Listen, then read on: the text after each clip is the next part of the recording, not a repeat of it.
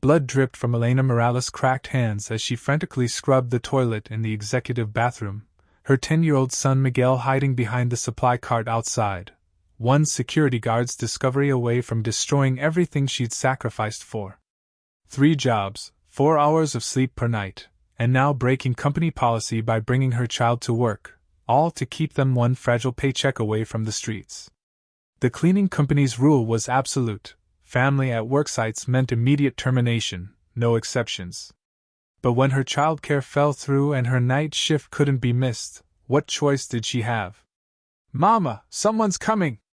Miguel's urgent whisper sent ice through Elena's veins as heavy footsteps approached the executive floor bathroom. She froze, toilet brush suspended mid-scrub, as the door swung open, revealing not a security guard, but Nathan Reed himself, the billionaire tech CEO whose name adorned the building. His eyes widened, taking in the scene, the exhausted cleaner, her hands raw and bleeding from harsh chemicals, and the small boy attempting to hide behind a cart too small to conceal him. "I can explain," Elena began, already mentally calculating how many weeks of saved emergency funds they had before eviction. "My babysitter had a heart attack and—" "Your hands," Nathan interrupted, his gaze fixed on her bleeding knuckles. "How long have they been like that?" The unexpected question momentarily silenced her. Of all the things to notice, her job violation, her son's presence, the unfinished bathroom, this man worth billions was staring at her work-worn hands like they were the only thing that mattered. "It's nothing," Elena dismissed, instinctively hiding her hands in the folds of her uniform. "The cleaning solution sometimes irritates my skin. I forgot my gloves tonight." Nathan Reed didn't respond immediately. Instead, he crouched down to where Miguel stood trembling. "What's your name, young man?" he asked, his voice gentler than Elena had ever imagined possible from someone who commanded boardrooms. "Miguel Morales, sir," her son answered with the perfect manners she'd drilled into him.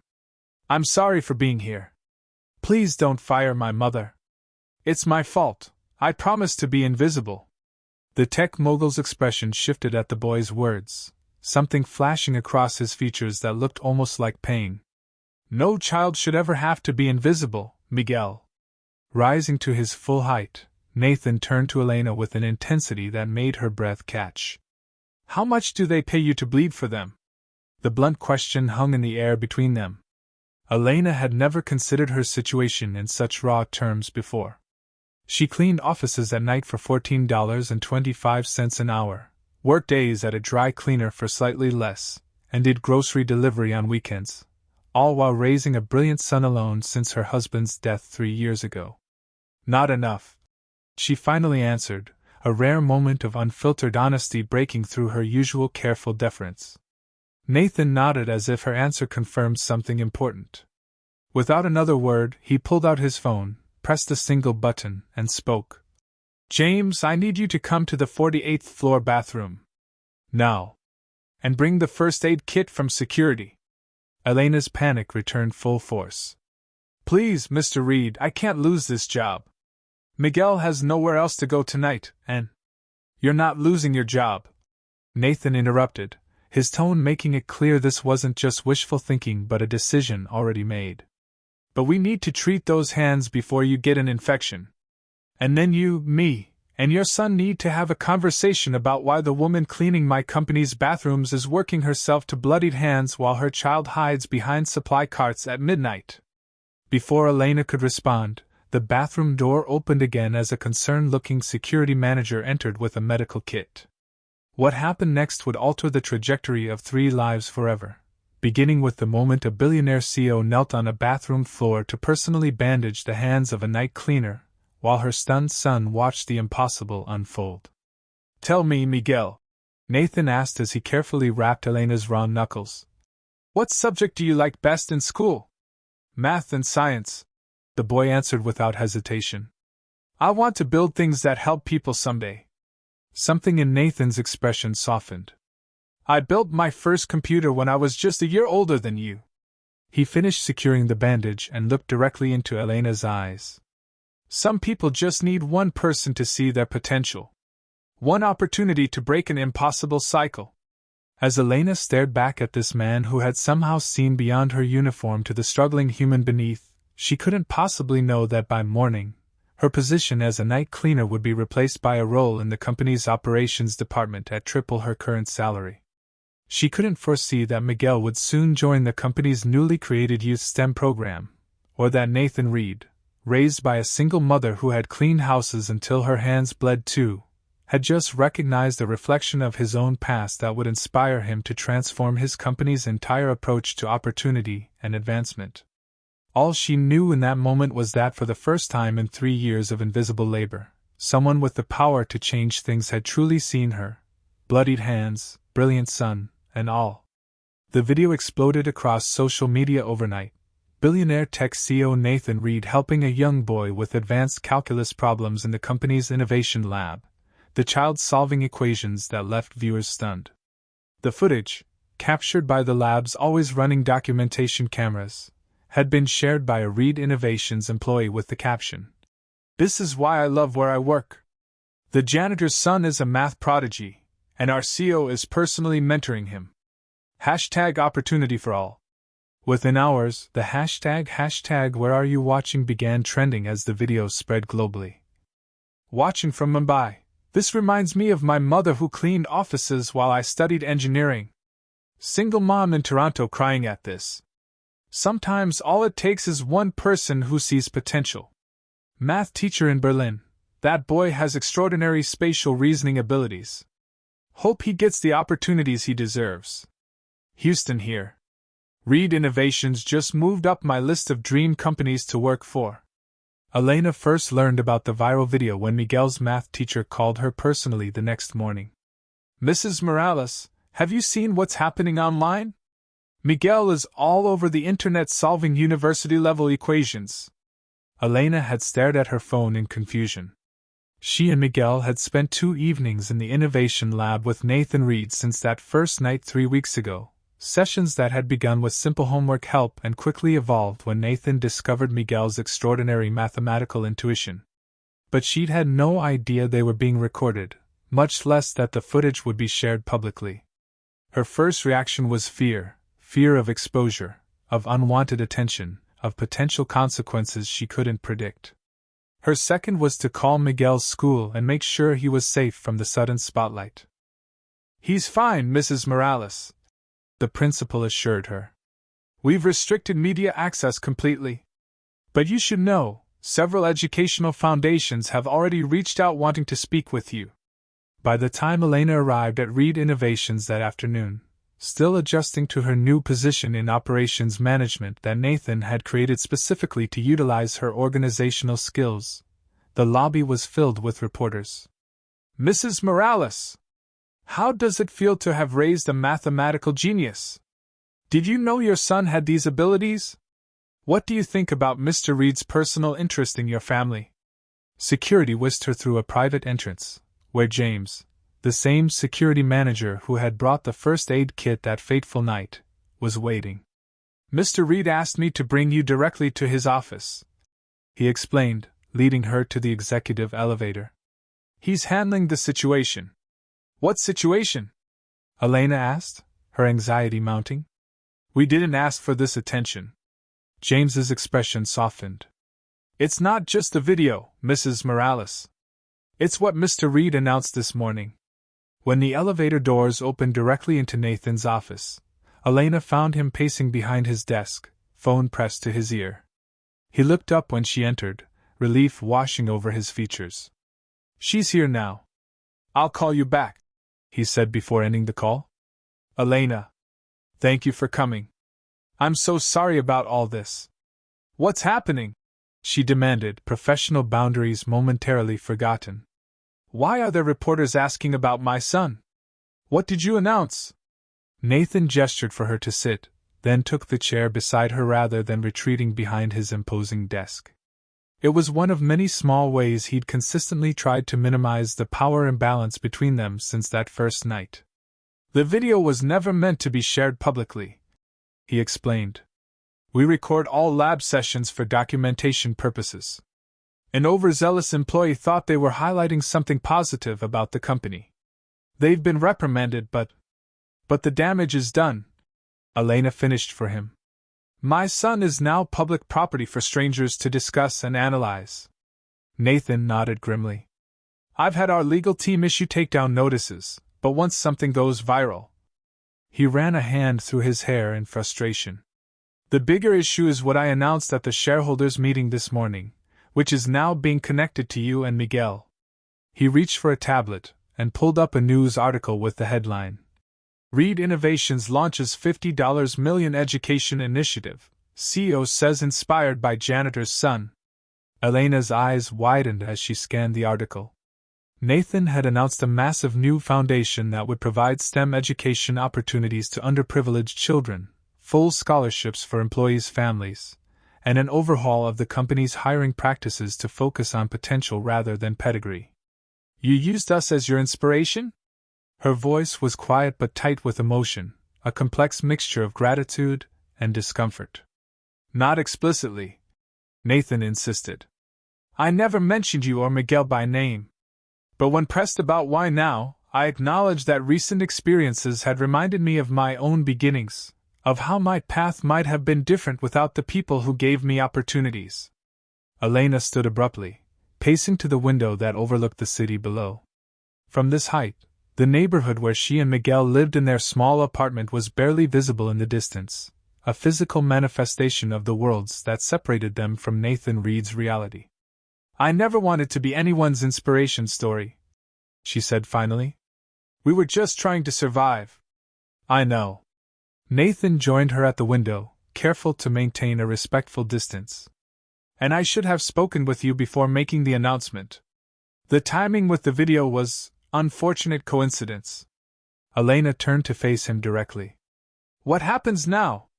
There are reporters downstairs asking about my son like he's some kind of curiosity. Will this follow him forever? Will people only ever see him as the janitor's son who was lucky enough to be noticed by a billionaire? The raw fear in her question seemed to strike Nathan deeply. For a moment, his carefully maintained composure slipped, revealing something that looked almost like shame. I can arrange for private security for you both, he offered. A different apartment in a secure building. Whatever you need to feel safe. That's not... Elena stopped herself, taking a deep breath. We don't need you to rescue us, Mr. Reed. We need agency in our own story.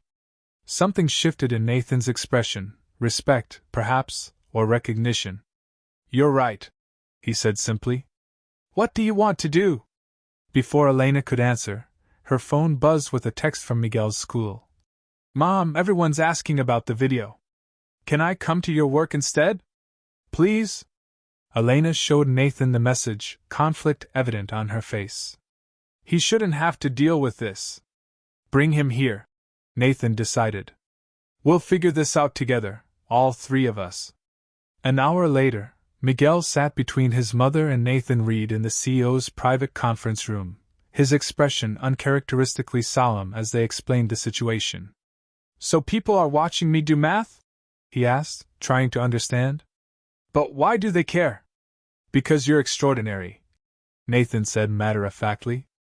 The equations you solved would challenge college students. Miguel shrugged, uncomfortable with the praise. It just makes sense to me. He looked at his mother. Are you mad about the video? Elena chose her words carefully. I'm concerned about how it might affect you. About people making assumptions or treating you differently. Like they've always done, Miguel observed with the simple clarity of childhood. Kids at school already call me weird for liking math. Now they'll just have a different reason to stare. His resilience brought tears to Elena's eyes. This brilliant, sensitive boy had already navigated so many challenges in his young life, losing his father, moving to a new neighborhood, adjusting to his mother's punishing work schedule. And now this. Miguel, Nathan said gently, if you could choose what happens next, without worrying about what anyone else thinks, what would you want? The boy considered the question seriously. I'd want to keep coming to the lab and learning. And, he hesitated, glancing at his mother, I'd want people to know that my mom is smart too. That she didn't just clean because she's not good at other things. She cleans because that's what was available, and she needed to take care of me. The simple wisdom of his answer left both adults momentarily speechless. Your mom is one of the most capable people I've ever met, Nathan affirmed, looking at Elena with genuine admiration. That's why she's now running our operations team for the entire West Wing, not because of you or this situation, but because she has skills this company needs. Elena had initially believed her new position was charity, a way for Nathan to help without direct financial assistance that might offend her pride. But over the past 3 weeks, she'd discovered that the role genuinely utilized her organizational abilities and attention to detail. For the first time in years, she felt professionally valued. What if, Nathan suggested carefully, we took control of the narrative? Not with splashy interviews or press releases, but with something authentic that shows who you both really are? What do you mean? Elena asked warily. The foundation announcement is already public. But the story behind it doesn't have to be what people are assuming. Nathan tapped his fingers thoughtfully on the table.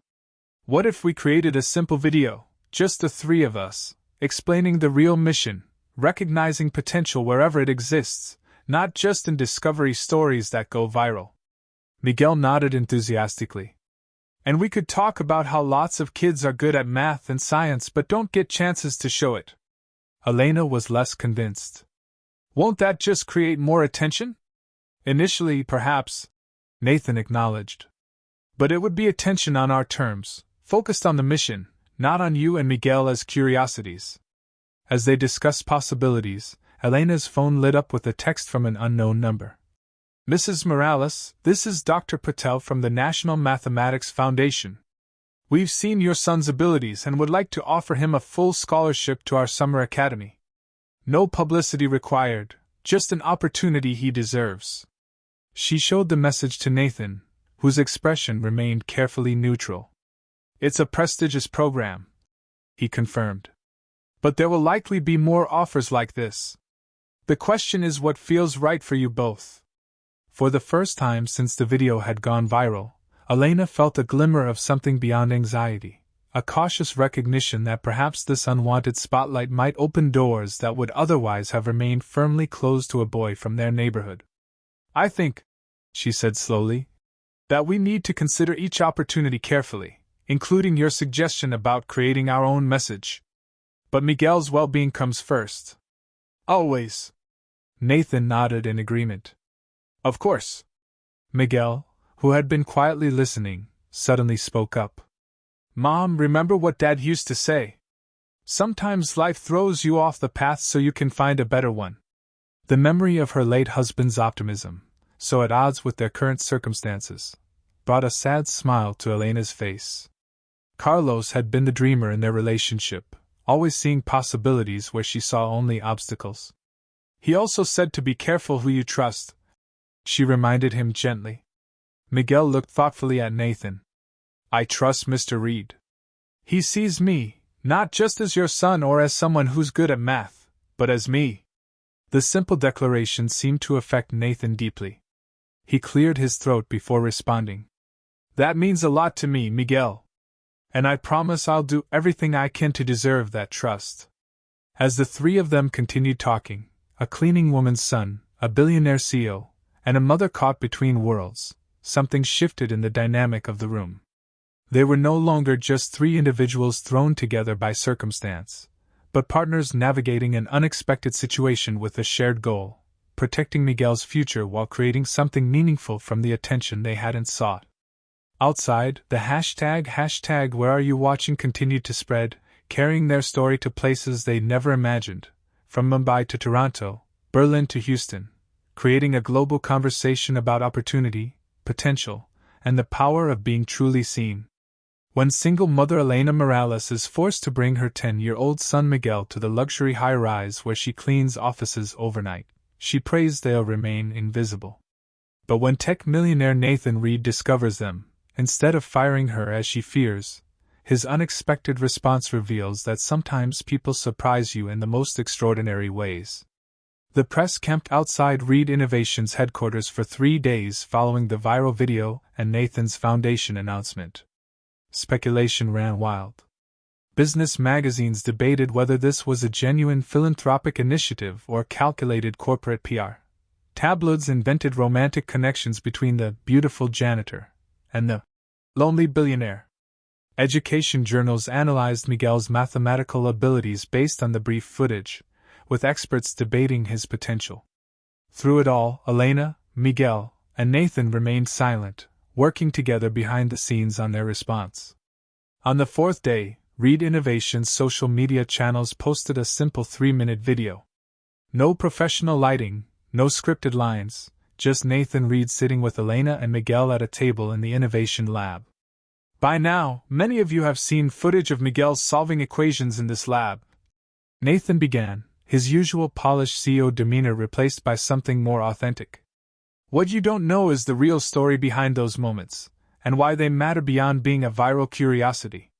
The camera shifted to Elena, who took a deep breath before speaking. My name is Elena Morales. Until recently, I worked nights cleaning this building while holding 2 other jobs. Not because I lack skills or education, but because as a single mother after my husband's death, I took whatever work allowed me to provide for my son. Miguel spoke next, his young voice steady despite his nervousness. I'm good at math because I like patterns. My dad was an engineer before he got sick. He taught me to see math everywhere. Nathan returned to the frame. The foundation we announced isn't about discovering hidden geniuses or celebrating exceptional cases.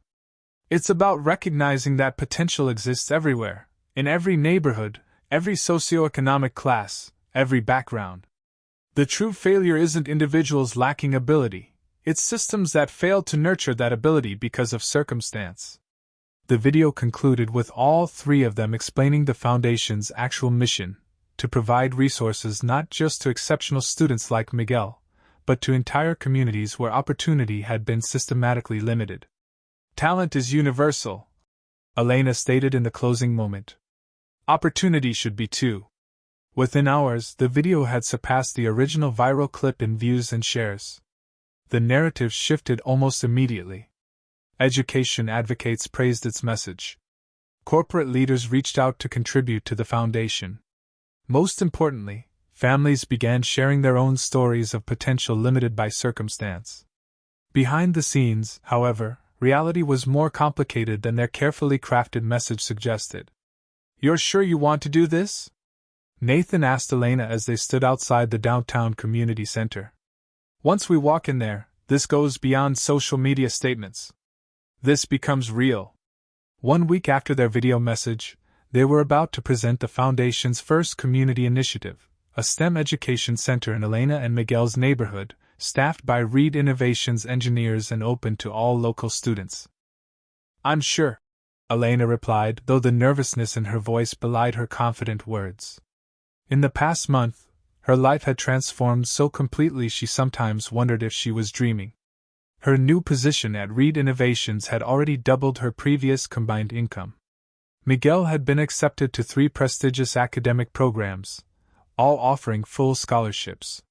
And her relationship with Nathan had evolved from employer-employee to something more complex, a partnership based on mutual respect and shared purpose. Yet as they prepared to face the community center filled with her neighbors, Elena felt the weight of her dual identity. Many in that room had known her only as the widow who cleaned offices and delivered groceries, the woman who could never attend weeknight school functions because she was always working. How would they view her now, standing alongside one of the richest men in the city, helping direct a multi-million-dollar foundation? Nathan seemed to sense her hesitation. We can reschedule if you're not ready. No, Elena said firmly. This neighborhood needs this center. And Miguel is excited to help design the program. Inside, the community room was packed beyond capacity. Parents Elena recognized from Miguel's school sat alongside community organizers, local teachers, and curious neighbors. Miguel was already at the front, animatedly showing a group of his classmates the preliminary designs for the innovation lab that would be built. As Elena and Nathan entered, a hush fell over the room. She felt the weight of dozens of gazes, some curious, some skeptical, some hopeful. Before Nathan could begin his prepared remarks, an older woman stood up from the front row. Mrs. Diaz, who ran the neighborhood daycare where Miguel had spent his early years. Elena Morales, she said, her voice carrying through the quiet room. I remember when you first moved to this neighborhood. You were working 3 jobs then too, but you never missed picking up Miguel on time. Not once. Elena nodded, unsure where this was going. I want to know something, Mrs. Diaz continued. This fancy foundation with the fancy CEO, is it really for us? Or are we just the background story to make rich people feel good about themselves? The blunt question hung in the air. Nathan stepped forward to respond, but Elena gently placed a hand on his arm, stopping him. That's a fair question, Mrs. Diaz, she acknowledged. And if I were still cleaning offices at night, and someone like me suddenly appeared with a billionaire promising solutions, I'd be skeptical too. She moved to the center of the room, addressing not just Mrs. Diaz but everyone present.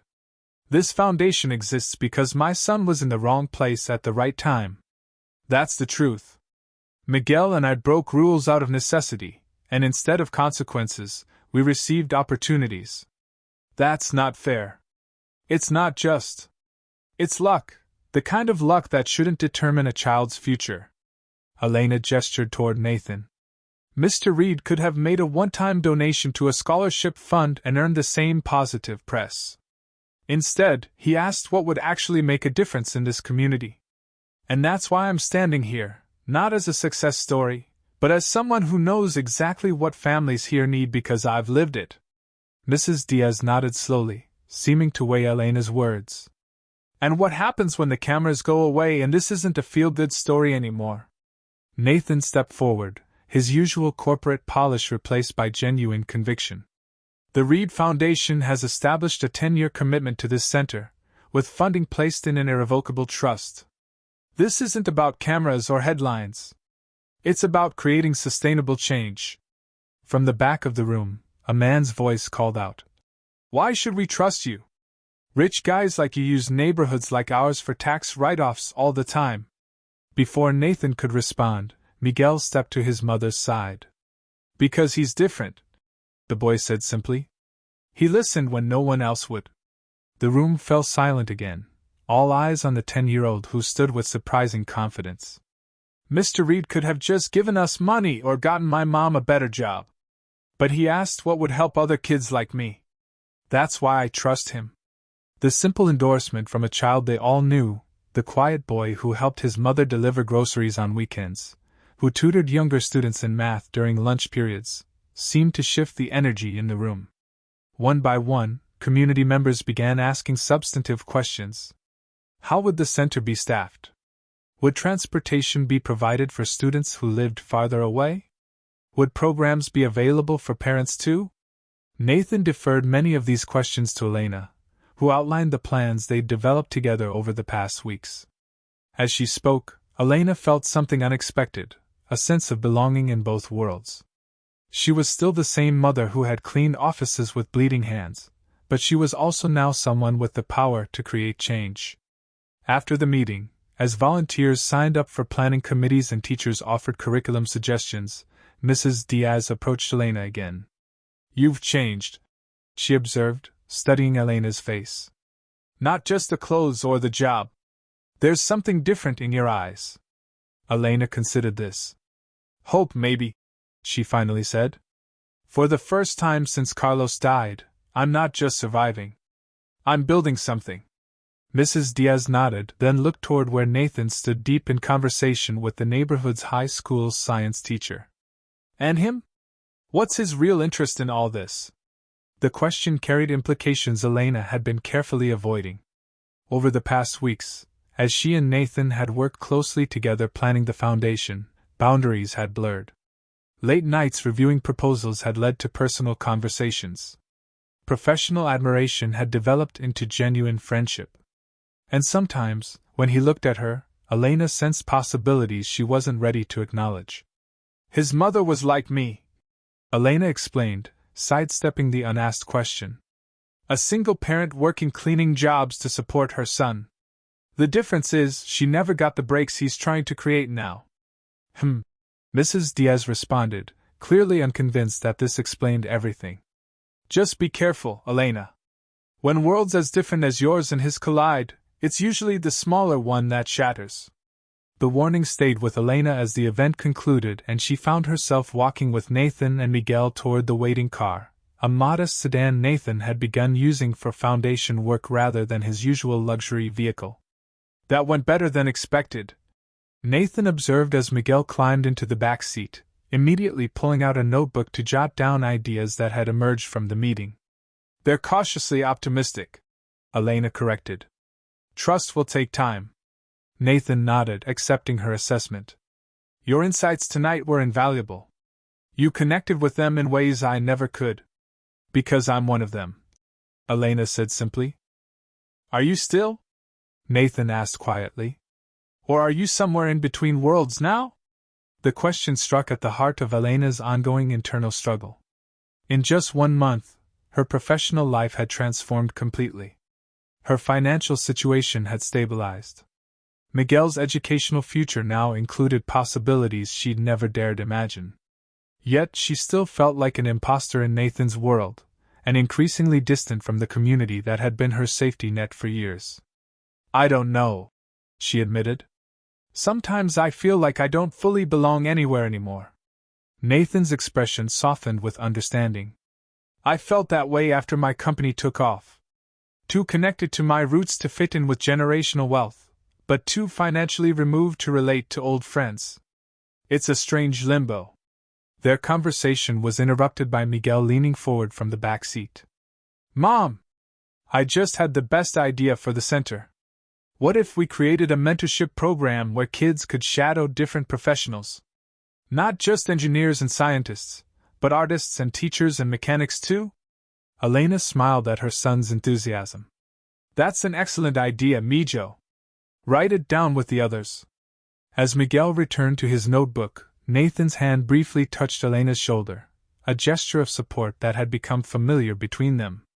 He's going to change the world someday, he said quietly. He already has, Elena replied, watching her son with fierce pride. He changed yours. Nathan's gaze lingered on her face longer than necessary. Not just mine, he said finally. The moment between them stretched into something significant, an unspoken acknowledgement of how deeply their lives had become intertwined.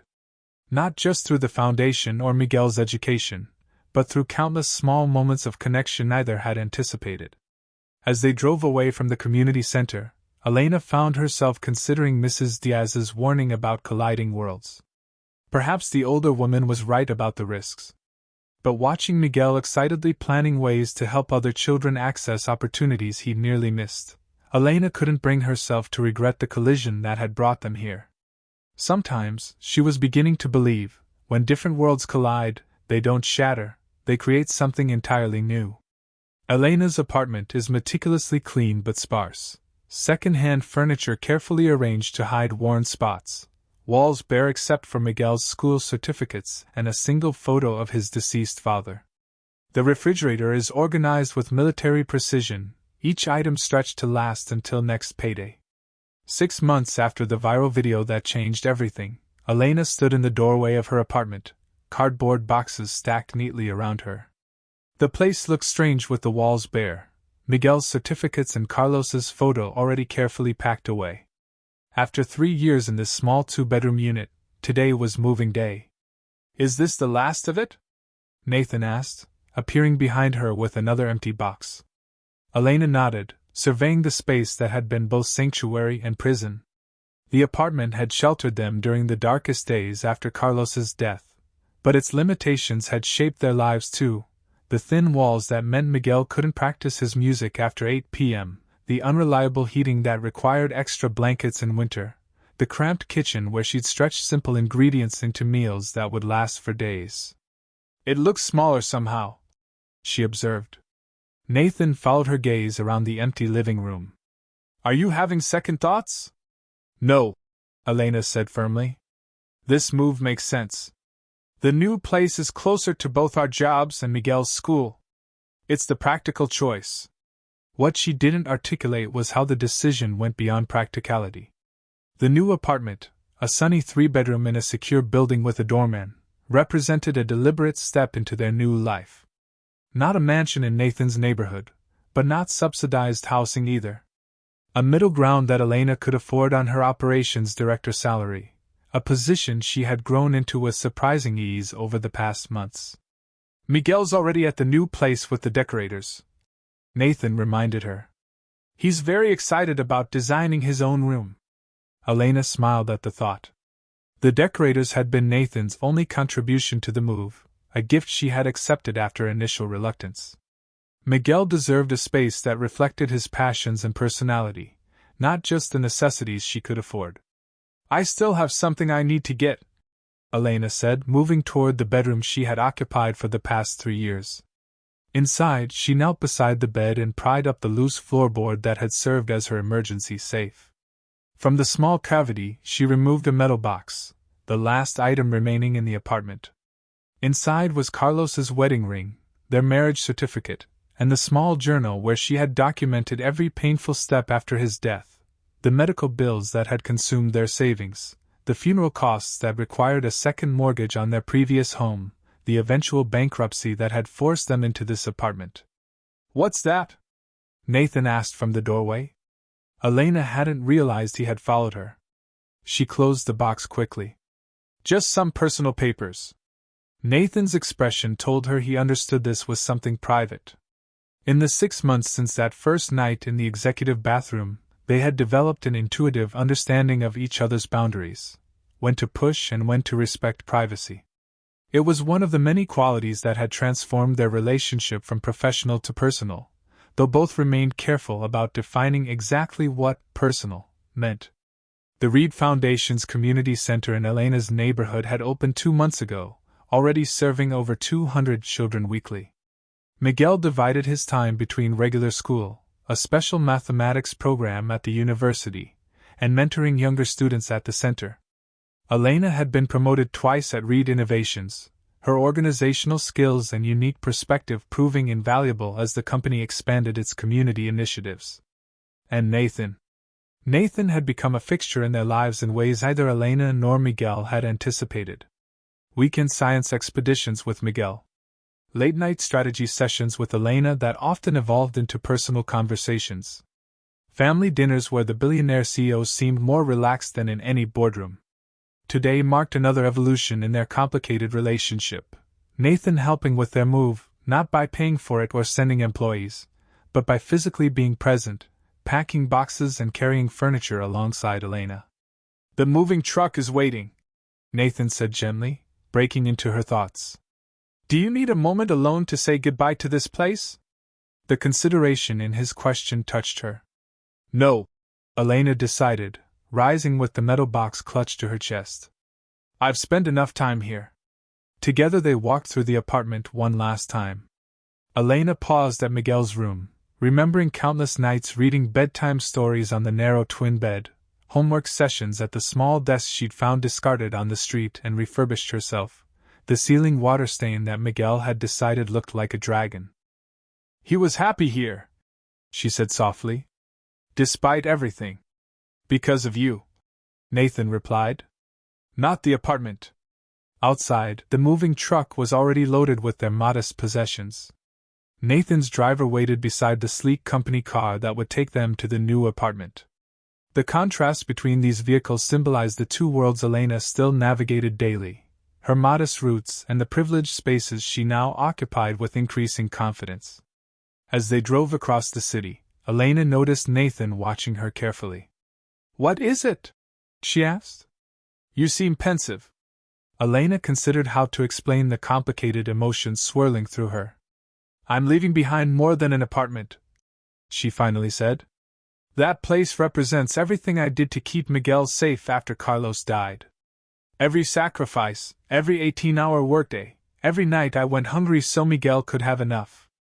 Nathan nodded, understanding dawning in his eyes.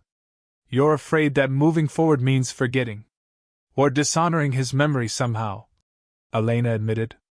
"Carlos never got to see Miguel's potential recognized. He died thinking he'd failed us by getting sick, by leaving us with nothing." The car slowed at a traffic light, and Nathan turned to face her fully. "Elena, Everything you've achieved, everything Miguel is achieving, honors Carlos. Moving into a better apartment doesn't erase the path that brought you here." Before Elena could respond, her phone chimed with a text from Miguel. "Are you guys close? I've got a surprise ready." The excitement in her son's message pulled Elena from her melancholy reflections. Whatever the future held, Miguel's happiness remained the constant that oriented her life. When they arrived at the new building, the doorman greeted Elena by name. "Welcome home, Ms. Morales." A small courtesy that still felt foreign after years of invisibility in service roles. The elevator carried them to the 8th floor, where Miguel waited bouncing with impatience outside their new apartment door. "Finally!" he exclaimed, barely containing his excitement. "Close your eyes, Mom." Elena complied, feeling Miguel's small hand take hers and guide her forward. She heard the apartment door open, felt the change in air temperature as they stepped inside, registered the new paint smell that had been absent from their old place. "Okay, open!" Miguel announced.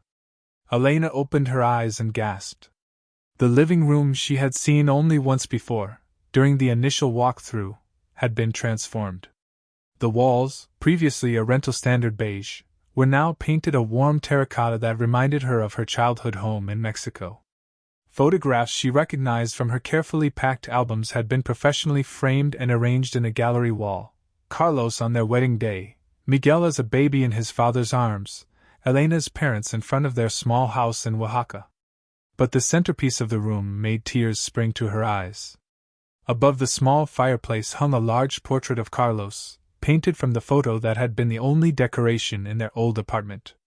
The quality was extraordinary, capturing not just his features but the warmth in his eyes, the slight smile that had always made Elena feel everything would be all right. "How?" she began, her voice breaking with emotion. "I found the original photo while helping you pack," Nathan explained quietly. "The artist is a friend who works with the foundation. I hope it's not overstepping." Miguel squeezed her hand. "This way Dad is still with us in our new home. Do you like it?" Elena could only nod, overcome by the thoughtfulness of the gesture. This was what she had feared most, that moving forward meant leaving Carlos behind. Instead, he had been given a place of honor in their new beginning. "There's more!" Miguel tugged her toward the hallway, eager to show her the rest of the surprises. The tour continued to rooms that balanced new furnishings with treasured possessions from their old apartment. Miguel's room featured built-in bookshelves already filled with his growing collection of science and mathematics texts, a proper desk for his studies, and walls painted a deep blue he had selected himself. But his old bedspread, the one with constellations that Carlos had bought him, still covered the new bed. The kitchen contained gleaming appliances Elena had only dreamed of using, but also the small ceramic rooster her mother had given her, now displayed prominently on a shelf. Each room reflected the same thoughtful integration of past and present, honoring where they had come from while embracing where they were going. The final door off the hallway revealed a home office with a sleek desk, comfortable chair, and computer setup. "This is your space, Mom," Miguel explained proudly. "For when you bring work home or want to study." Elena looked at Nathan questioningly. "Study? Miguel mentioned you once wanted to finish your business degree," Nathan said, a hint of nervousness in his voice that she rarely heard. "The foundation has a scholarship program for employees continuing their education. If you're interested." The suggestion caught Elena off guard. She had indeed started a business administration degree before Carlos got sick, the dream set aside when survival became the only priority. That Nathan had remembered this detail from a casual conversation, and found a way to make it possible without direct charity, spoke volumes about how well he had come to know her. "Thank you," she said simply, knowing he would understand all the complexities contained in those two words. After Miguel had shown her every detail of the apartment, including the small balcony where he had already set up pots for the herb garden she had always wanted, he announced he was going to organize his books and disappeared into his room, leaving Elena and Nathan alone in the living room. "This is too much," Elena said quietly, gesturing around them. "The painting, the decorations, the office setup. Is it unwelcome?" Nathan asked, genuine concern in his voice. Elena studied him, this man who had the power to transform lives with a single decision, but had chosen instead to invest months of personal time and attention in her family. The man who could have simply written checks but instead showed up on moving day to carry boxes. The man who remembered small details she mentioned in passing and found ways to make them reality without compromising her fierce independence. Not unwelcome, she finally answered. Just overwhelming. Sometimes I still feel like the woman with bleeding hands cleaning bathrooms at midnight. And then I look around and see all this. She gestured to the apartment, but they both knew she meant more than just the physical space. And I wonder if I deserve it. Nathan moved closer, his expression serious. Elena, everything you have now you've earned. Your position at the company, this apartment, Miguel's opportunities, none of it is charity. You rebuilt your life through your own abilities. I just removed some barriers that should never have been there in the first place. As always, he had found the words that acknowledged her complicated feelings without diminishing them. It was this understanding, more than his wealth or power or even his kindness toward Miguel, that had gradually broken down Elena's carefully constructed emotional walls over the past 6 months. Carlos would have liked you, she said suddenly, looking up at the portrait of her late husband. He always believed in giving people second chances, in looking beyond circumstances to see potential. Nathan followed her gaze to the painting. I wish I could have known him. The simple sincerity in his voice brought fresh tears to Elena's eyes. For the first time since Carlos's death, she allowed herself to acknowledge the loneliness that had shadowed her single-minded focus on survival. The emptiness of her carefully organized refrigerator, with meals portioned for 2 instead of 3. The silence of evenings after Miguel went to bed. The absence of an adult to share in the small triumphs and worries of raising a child. Nathan, she began hesitantly. I need to be clear about something. Whatever is happening between us, and something is happening, we both know that, it has to develop at its own pace. Miguel comes first, always. And I'm still finding my footing in this new life. I know, Nathan replied without hesitation. I'm not pushing for definitions or commitments, Elena. I just want to be part of your lives in whatever way makes sense for both of you. As if summoned by the mention of his name, Miguel emerged from his room, carrying something in his hands. Mom, look what I found while unpacking! Dad's old chess set. The wooden box was battered from years of use, the pieces inside worn smooth from countless games. Carlos had taught Miguel the basics of chess when he was only 5, a shared passion that had continued until Carlos became too ill to play. Nathan, do you play chess? Miguel asked, already setting up the board on the coffee table. Not very well, Nathan admitted with a smile. But I'd love to learn from you. As Miguel arranged the pieces with meticulous care, instructing Nathan on basic strategy with the seriousness of a grand master, Elena watched them from the kitchen where she had begun unpacking dishes. The scene before her, her son animated and confident, Nathan listening attentively to every explanation, Carlos watching over them from his portrait, created a tableau that would have seemed impossible 7 months ago. The void that had defined their home for so long, the careful arrangements to hide scarcity, the sparse decorations, the missing presence of Carlos, was finally being filled. Not erased or forgotten, but integrated into something new that honored the past while creating space for future possibilities. Later that night, after Nathan had left with a promise to return for dinner the following evening, Elena stood on the small balcony of their new apartment, looking out at the city lights. Miguel was asleep in his new room, exhausted from the excitement of the day but more peaceful than she had seen him in years. In her hands she held the metal box from beneath the floorboard. After a moment's hesitation, she opened it and removed Carlos's wedding ring, slipping it onto the chain around her neck where it settled beside her own. The journal of hardships she set aside, a chapter of their lives she would never forget, but no longer needed to document. The future beckoning to her family now deserved its own fresh pages. After her husband's death 3 years ago, Elena works 2 jobs to maintain stability for Miguel, daytime at a laundromat and nighttime office cleaning. She's one missed paycheck from disaster but has never missed Miguel's school events.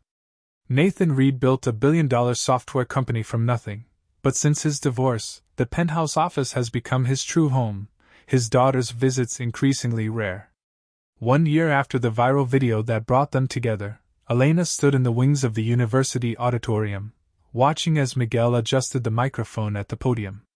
At 11 years old, he was by far the youngest presenter at the Young Mathematicians Conference, his research on pattern recognition algorithms having earned him a coveted speaking slot. From her vantage point, Elena could see Nathan seated in the front row, his attention fully focused on Miguel. In the past year, their lives had become so intertwined that it sometimes startled her to remember they had once been strangers. The cleaning woman and the CEO, invisible to each other despite occupying the same building for years. As Miguel began his presentation, Elena felt a familiar swell of pride mixed with an undercurrent of bittersweet reflection. Carlos should have been here to see this, their brilliant son commanding a room of academics, the same easy confidence in his gestures that his father had possessed.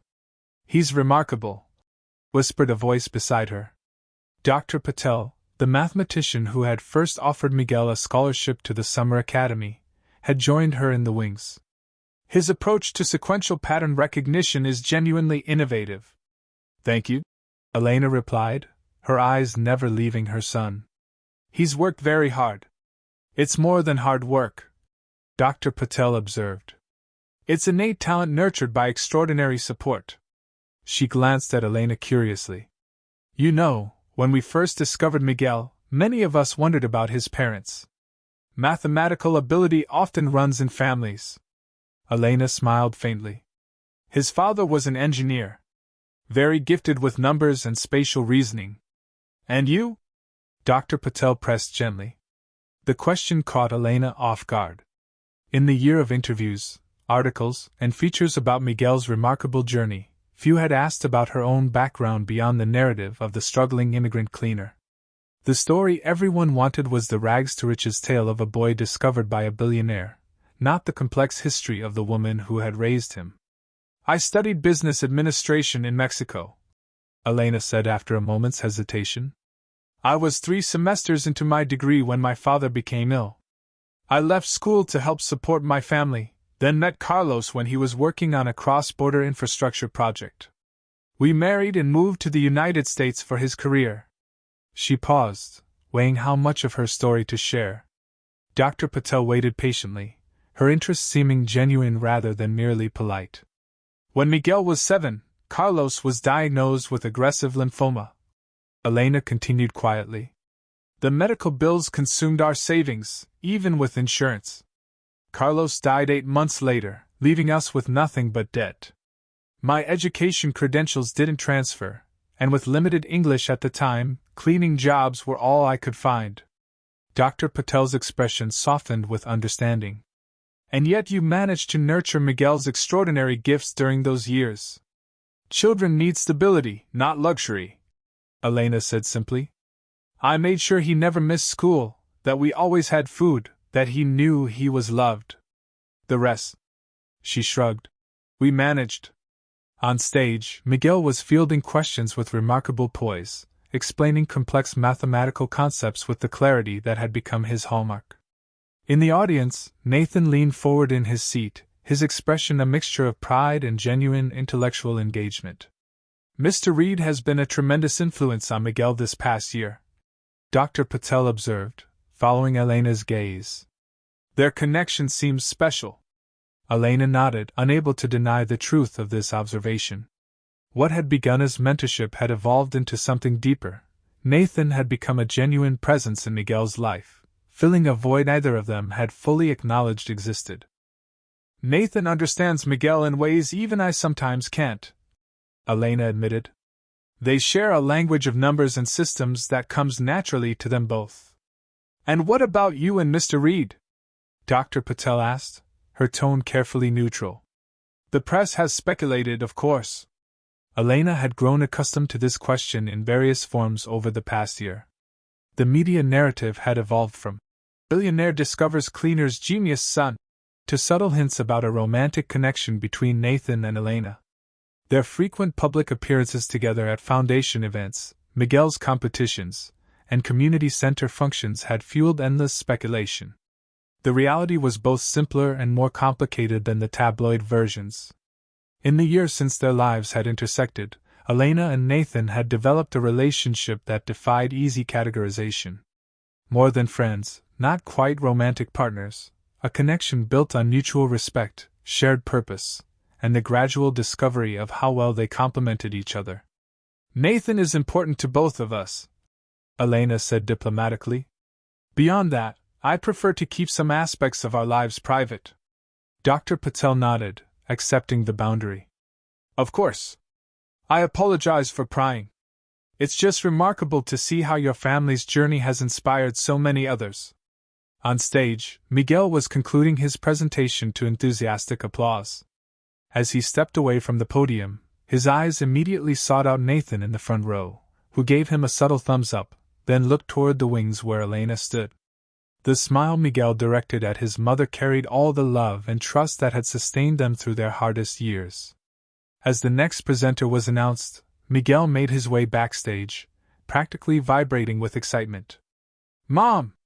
Did you see how they responded to the sequential pattern algorithm? Dr. Hernandez asked if I'd consider publishing a paper with him." Elena embraced him, pressing a kiss to his forehead despite his recent protestations that he was too old for such displays. "I'm so proud of you, Mijo. You were brilliant up there." "Indeed he was," Nathan agreed, having followed Miguel backstage. "The applications of your pattern recognition work could revolutionize our predictive analytics systems." Miguel beamed at the validation. "Can we discuss it over pizza? I'm starving." Elena and Nathan exchanged amused glances over his head. Some things hadn't changed, despite Miguel's accelerated academic trajectory. No matter how sophisticated his mathematical theories became, he remained in many ways a normal 11-year-old boy with an insatiable appetite for pizza. "Pizza sounds perfect," Nathan agreed. "There's that place near the river you like." As they made their way out of the auditorium, Elena noticed how naturally they moved as a unit, Nathan's hand lightly touching Miguel's shoulder as he asked about a specific aspect of the presentation, Miguel looking back to make sure Elena was following, the three of them falling into step together with the easy rhythm of long familiarity. At the restaurant, a casual pizzeria where the staff knew them by name despite Nathan's wealth, Miguel excitedly recounted every detail of his presentation while Elena and Nathan listened attentively, offering questions and observations that kept him engaged. "And next month I get to visit the Advanced Computing Lab at the university," Miguel concluded around a mouthful of pepperoni pizza. "Dr. Hernandez says they have quantum computing simulations I can work with." "Chew then talk," Elena reminded him automatically, passing him a napkin. Nathan smiled at the ordinary maternal moment amid the extraordinary circumstances of their lives. "The quantum computing work will pair nicely with your foundation scholarship application," he observed. "Have you started the essay portion yet?" Miguel's expression turned sheepish. "Not exactly. I've been so focused on today's presentation. The deadline is next week," Elena reminded him. Though the Reed Foundation would certainly accept Miguel into their elite program, Elena had insisted he follow the same application process as every other student. No special treatment, no assumptions of acceptance, a principle Nathan had come to respect deeply. I know, Miguel sighed. "I'll work on it this weekend. But it's hard to write about overcoming obstacles when things are so good now." He looked between Elena and Nathan, his expression suddenly serious beyond his years. "Everything changed when we met you." The simple observation hung in the air between them. Nathan set down his pizza slice, his expression thoughtful. "Actually, Miguel, I think you have it backwards," he said quietly. "Everything changed for me when I met you and your mother." Elena felt a familiar warmth spread through her chest at his words. Over the past year, Nathan had gradually revealed more about his own history. His childhood raised by a single mother who worked multiple jobs, his early academic promise recognized by a teacher who connected him with a college scholarship, the lonely years building his company while his personal life withered from neglect. Perhaps, Elena suggested gently. We could say that all our lives changed when we found each other. Each of us had something the others needed. Miguel nodded, considering this. Like a balanced equation. Exactly like that, Nathan agreed, his eyes meeting Elena's over Miguel's head. The look that passed between them contained volumes of unspoken understanding, a recognition of how completely their separate stories had become intertwined into something new. Later that evening, after they had returned to Elena and Miguel's apartment, and Miguel had retreated to his room to decompress with his favorite video game, Elena and Nathan sat on the small balcony that had become their usual spot for private conversations. He was extraordinary today, Nathan said, handing Elena a glass of the wine they often shared during these evening talks. I've attended presentations by doctoral candidates with less command of their material. Elena accepted the glass with a smile. Sometimes I wonder where he gets it from. Carlos was brilliant, but in a different way, more intuitive, less analytical. And you? Nathan asked. You never talk much about your own academic background. Elena looked surprised. I mentioned it earlier today to Dr. Patel. I thought you knew. I studied business administration before leaving school to help my family. Nathan shook his head. You've told me about your parents, about meeting Carlos, about the struggles after his death. But you rarely talk about your own dreams before life took those unexpected turns. The observation was accurate. In the gradual unfolding of their relationship, Elena had shared many aspects of her past, but had always centered her narrative around her roles as daughter, wife, and mother, never herself as an individual with independent aspirations. I wanted to open a small import business, she admitted after a thoughtful pause. Connecting artisans from my hometown with American markets. I had it all planned out, supply chains, marketing approaches, ethical pricing models. That's still possible, you know, Nathan said quietly. The foundation has a small business incubator program. Or there's room within Reed Innovations for new initiatives. Elena shook her head, smiling at his characteristic problem-solving approach. Always looking for solutions. But not every abandoned dream needs resurrection, Nathan. I'm fulfilled by my work with the foundation and operations role at the company. Are you? He asked, his gaze direct. Truly fulfilled? Or have you simply become accustomed to adjusting your expectations to whatever life permits? The question struck closer to home than Elena wanted to admit. She had spent so many years narrowing her focus to survival, first helping her parents, then building a life with Carlos, then keeping Miguel safe after Carlos's death, that the habit of setting aside her own ambitions had become second nature. Perhaps a little of both, she acknowledged. But that's life, isn't it? We adapt to circumstances. Find purpose within the possible. And if circumstances change? Nathan pressed gently. If possibilities expand? Elena studied him in the soft, evening light. After a year of careful friendship, they had reached an inflection point, both personally and professionally. The foundation was thriving, with community centers now established in 3 underserved neighborhoods. Miguel was flourishing academically while maintaining healthy social connections. Elena's position at Reed Innovations had evolved to leverage her organizational skills and community insights across multiple departments. And Nathan had changed too. The workaholic CEO who once lived in his office now maintained reasonable hours, delegated more effectively, and prioritized time with Elena and Miguel. He spoke more openly about his divorce, his strained relationship with his teenage daughter, the loneliness that had driven him to work 18-hour days. What are you really asking, Nathan? Elena said finally, setting down her wine glass. He met her gaze directly.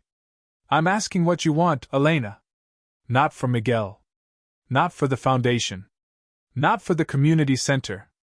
For yourself? The directness of the question caught her off guard. In their year of careful navigation around personal boundaries, Nathan had never pushed quite this explicitly. Why now? She asked.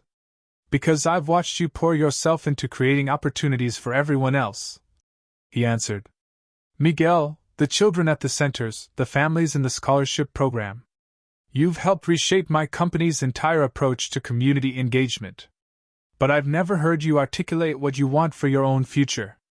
Elena looked out at the city lights, considering her answer. The truth was, she had spent so long in survival mode that the luxury of personal ambition felt almost foreign. Even now, with financial stability and professional success, her instinct was to focus on securing Miguel's future rather than imagining her own. I want to finish my degree, she said finally. Not because it's necessary for my current position, but because it represents something I started and never got to complete. Nathan nodded encouragingly. The company's education program would cover that easily. What else? Emboldened by his response, Elena continued. I want to create a specialized track within the foundation for single parents, not just educational opportunities for their children, but career development, childcare solutions, mental health support. The kinds of resources that would have changed everything for me after Carlos died. That's brilliant, Nathan said, his expression lighting with genuine enthusiasm. We could pilot it at the original center, then expand based on results. And, Elena added, her voice softening, I want to visit Mexico with Miguel. He's never met my parents in person, only through video calls. They're getting older, and I want them to truly know their grandson before it's too late. Nathan reached across the small table between them, taking her hand in his. All of these things are entirely achievable, Elena. The foundation can establish the single-parent initiative under your direction. The company's international team can arrange the trip to Mexico whenever you're ready. And the education program has already been waiting for your application. The ease with which he addressed her dreams, not with condescension or charity, but with practical pathways forward, reminded Elena why their connection had deepened so naturally over the past year. Nathan never saw limitations where others might. He saw only systems to be optimized, resources to be reallocated, opportunities to be created. There's one more thing I want, Elena said, her voice barely above a whisper as she turned her hand to interlace her fingers with his. But it's more complicated. Nathan's expression softened with understanding. Us? Elena nodded, finally acknowledging aloud the current that had been flowing between them for months. Miguel adores you. The foundation is flourishing. Our professional relationship works beautifully. But taking this step, she gestured to their joined hands, changes everything again. Are you afraid of more change? Nathan asked gently. Elena considered the question seriously. Not afraid, exactly. Cautious. Miguel has already experienced so many transformations this past year. And you have your own complications, your daughter, the public scrutiny, the power dynamics between us that never fully disappear.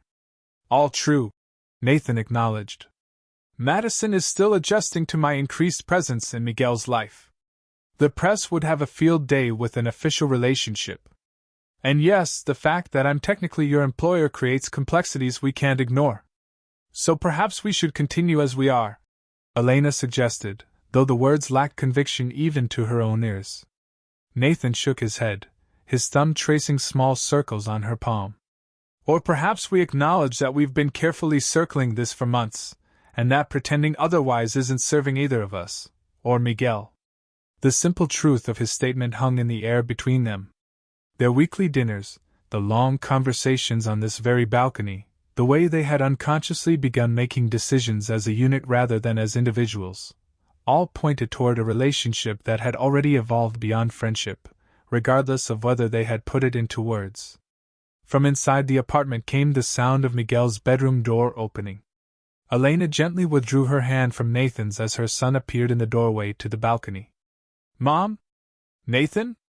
Can we watch that documentary about quantum physics tonight? The one Nathan mentioned last week? The normalcy of the request, the easy inclusion of both adults in his evening plans, the assumption that Nathan would be staying, highlighted how naturally they had already formed a family unit of sorts, regardless of labels or definitions. Of course, Elena smiled. Go set it up. We'll be right in. As Miguel disappeared back into the apartment, Nathan stood and offered Elena his hand. We don't need to decide everything tonight, he said softly. But I think we both know where this is heading. Elena took his hand, allowing him to help her up from her chair. One step at a time, she agreed. Just as we've done with everything else.